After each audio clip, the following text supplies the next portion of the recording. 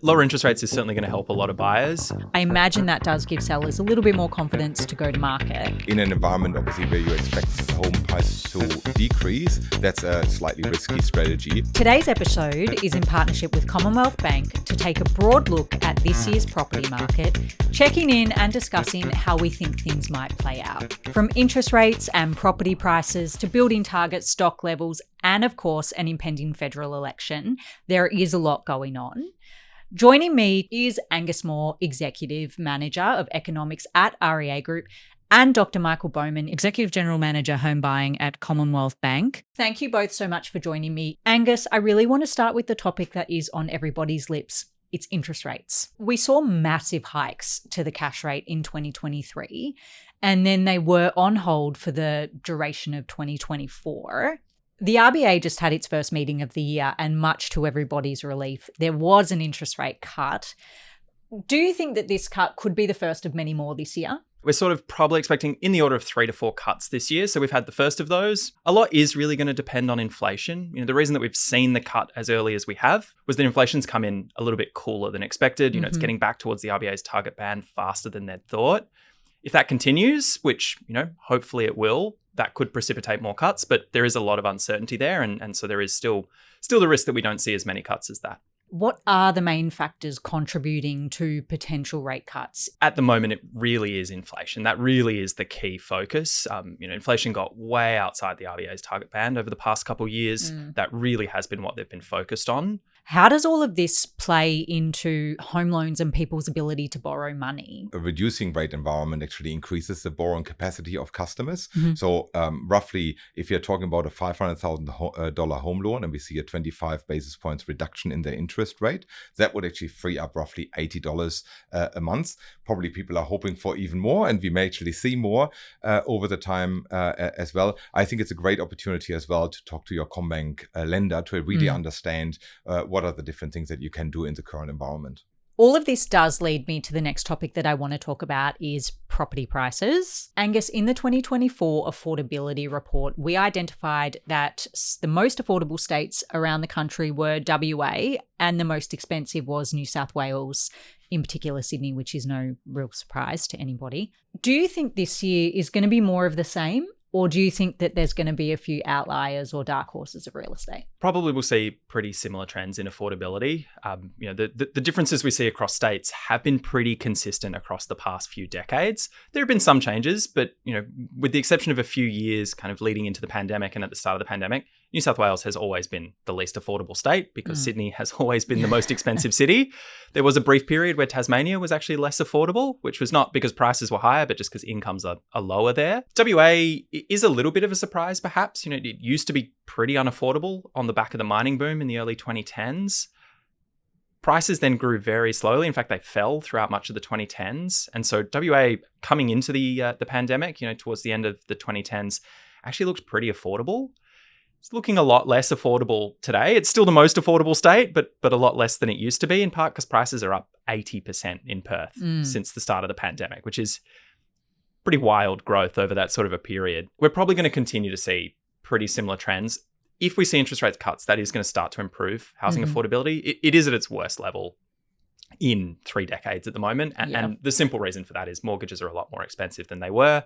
And that means people just can't afford as many homes as they used to be able to. And lower rates will start to improve that picture. But it's not going to bring it back to where we were in the pandemic when mortgage rates had a 2 in front of them. Michael, if we look at specific buyer groups and how this will impact them, what are your top tips for people looking to buy? I think there are 3 things that people should consider. One is obviously their credit score. Secondly, whether they have the deposit, and thirdly, the serviceability. Credit score, obviously really important. Pay your bills on time. Make sure that you have your finances in order.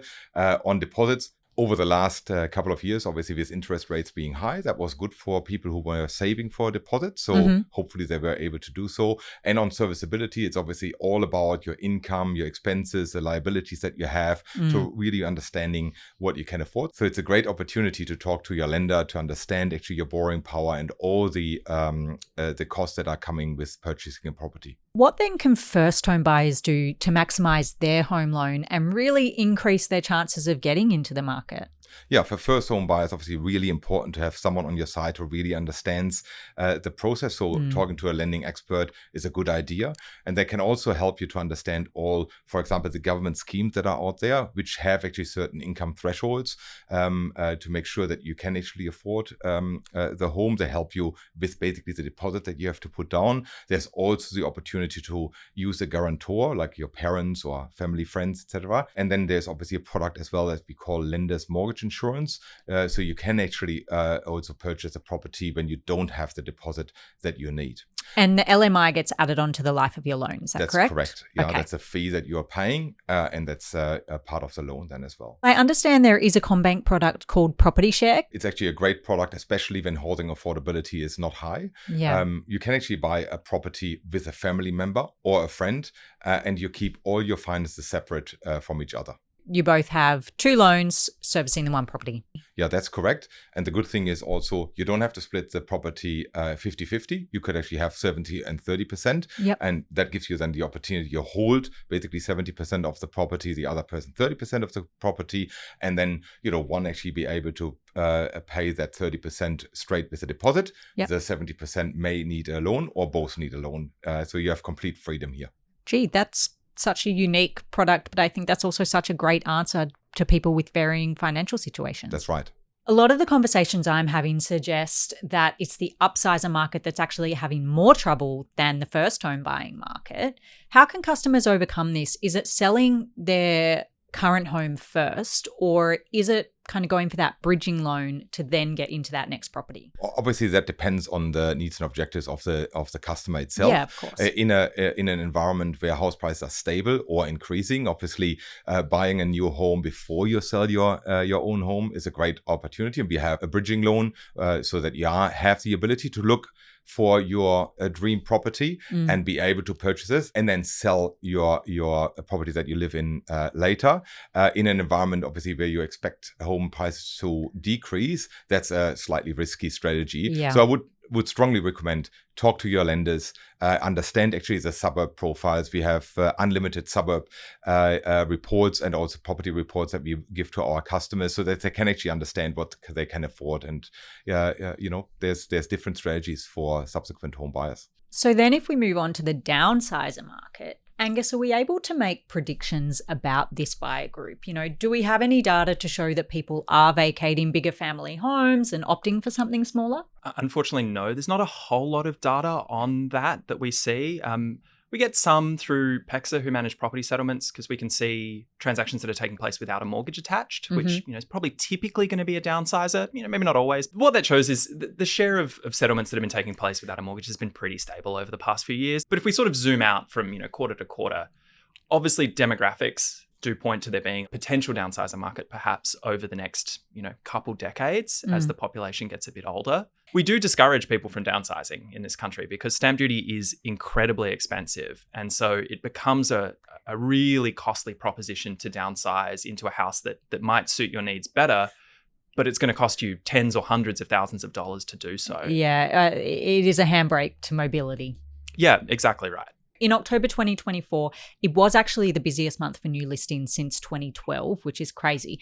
I imagine that does give sellers a little bit more confidence to go to market. Angus, where in the country did we see a spike? Did city outpace the regions? This was really led by Sydney and Melbourne. They really saw quite busy years last year. Both saw kind of more activity across winter and into spring than has been typical over the past decade. Other cities, not necessarily as much. It really was very much a Sydney and Melbourne story.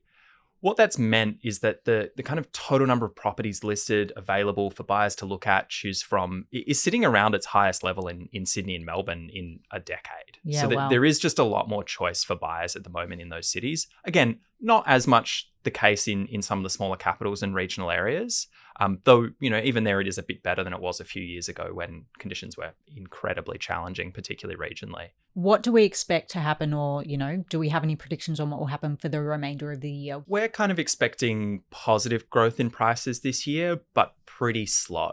And the reason for that is kind of all the things that we've spoken about already, which is just that affordability remains really challenging. We're expecting it will start to improve a little this year as rates drop, and that's why we're expecting some growth in prices. But the fact that affordability is very strained is going to be a real challenge for people buying, and that's going to put a bit of a cap on how quickly prices can grow. In many ways, we've been surprised at how quickly prices have grown in recent years, given where that affordability is at. So we're kind of expecting that that's going to have a bit more of an effect this year. So it feels like the magic pill for buyers would be a bit of a drop in interest rates because the choice is there. So the choice is there for the taking. We just need to get that affordability kind of measure trending down. Lower interest rates is certainly going to help a lot of buyers.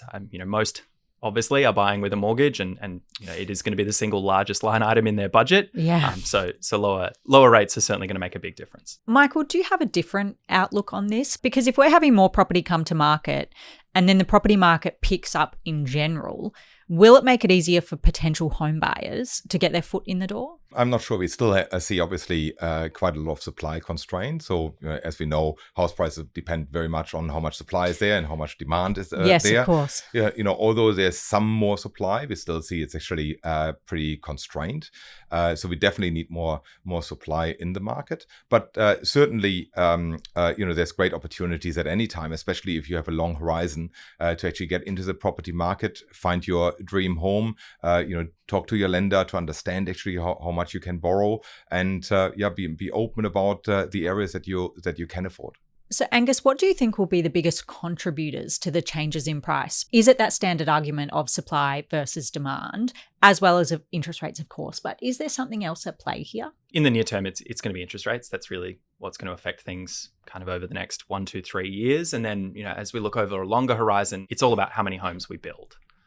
At the moment, in the context of the upcoming election, we're probably not building enough homes, and that is part of why housing is as unaffordable as it is. Look, one way the government is trying to increase supply is with and obviously help affordability is with the building of 1.2 million new homes by 2029.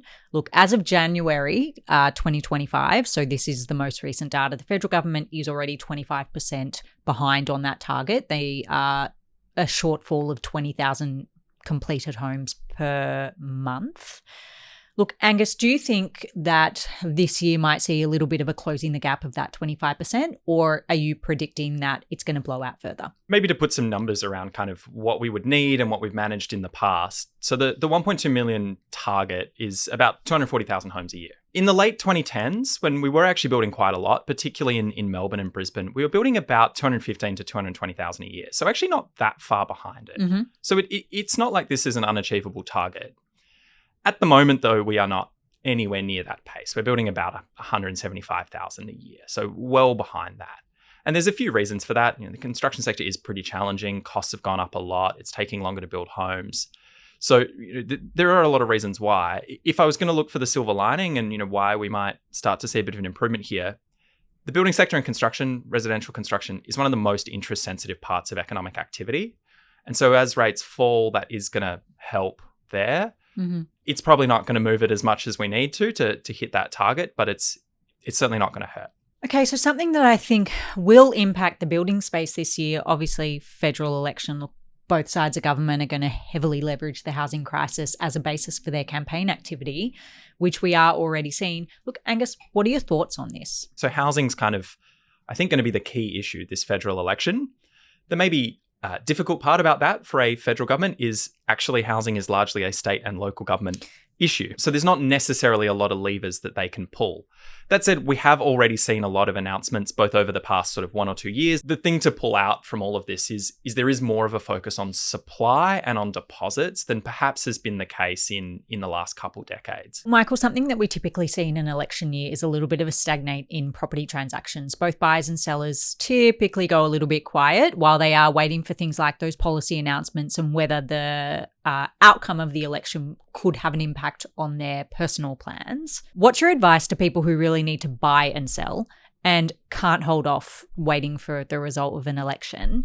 Is there a way that they can still get the most out of their home loan and keep their finances in really good shape? if you really want to sell or buy, you shouldn't wait for an election. I think it will not change dramatically over that period of time. And really understand, what your finances actually allow you to do and not to do. There's so many things that will happen over this year. Election is one. Interest rate cuts may be another one. So actually understanding that and talking to specialists to actually help you to really understand where you could move is really important in this environment. Yeah, absolutely. There's a lot of shifting and moving parts in this year. It's probably a bigger year than what we've seen in the last couple.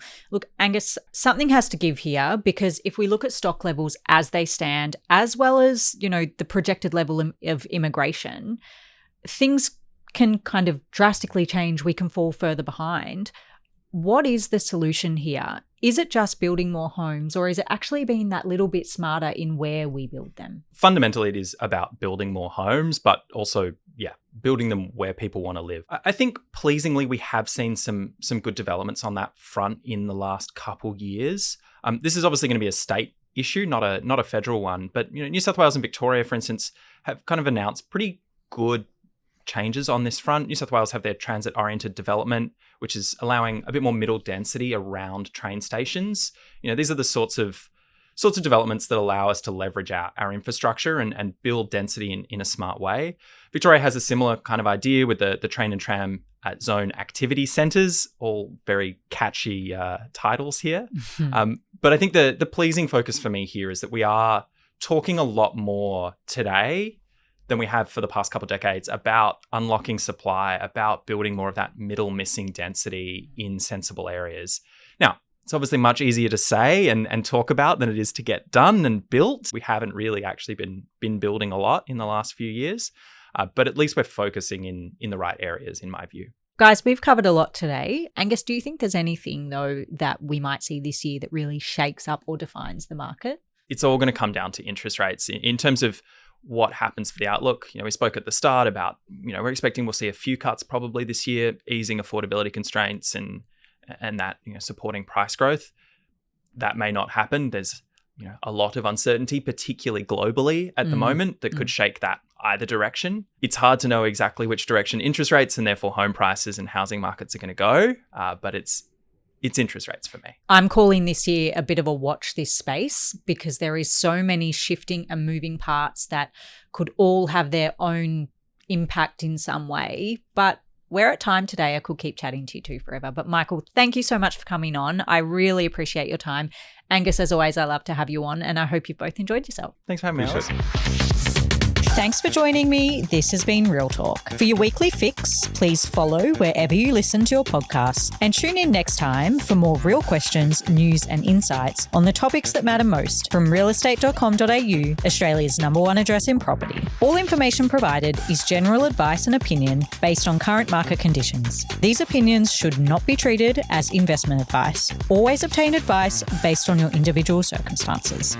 Real Talk acknowledges the traditional custodians of country throughout Australia and their connections to land, sea, air and community. We pay our respects to elders past and present.